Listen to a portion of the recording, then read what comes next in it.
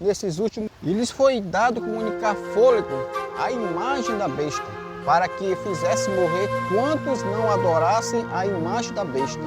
Isso está lá relatado lá no livro de Apocalipse, capítulo 13, versículo 15. Todo o livro de Apocalipse, capítulo 13, ali, vai falar ali sobre duas bestas, E o interessante, irmãos, é que quando Jesus ele deixar de interceder por toda a humanidade, no santuário celestial que há no céu, o Espírito Santo, irmãos, ele será retirado da humanidade, será retirado então dos governantes do povo. Muitos serão deixados ao controle dos anjos maus, daqueles anjos que caíram juntamente com Satanás, que é a terça parte. Então serão feitas por conselho e direção de Satanás leis, que se não fosse muito breve o tempo, nenhuma carne ela se salvaria.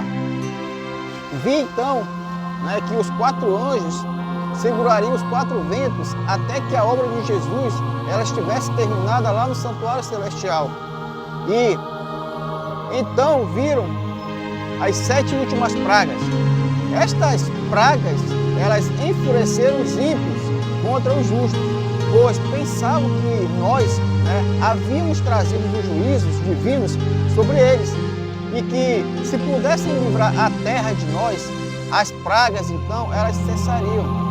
Então é nesse momento que vai sair um decreto então para que se matem todos os santos. Então fica a pergunta, quem são esses santos? Quem são esses que faz com que clamem dia e noite por livramento? Apocalipse capítulo 14, versículo 12, então vai nos dizer quem são esses santos. São justamente aqueles que guardam os mandamentos de Deus e a fé de Jesus. Esses são os que vão passar pelo período do grande tempo de angústia, conhecido biblicamente como o tempo de angústia de Jacó. Então fica a pergunta, como você se sentiria ao ser perseguido por manter então a sua fé, guardando os mandamentos de Deus, sendo então acusado injustamente de trazer calamidades, enquanto então clama dia e noite por livramento? Esses é que serão perseguidos nesses últimos dias. E muitos do povo de Deus, conhecidos então por serem santos, por guardarem os mandamentos de Deus, serão perseguidos. E então sairá esse decreto, que vai determinar que esses que guardam os mandamentos de Deus sejam então mortos.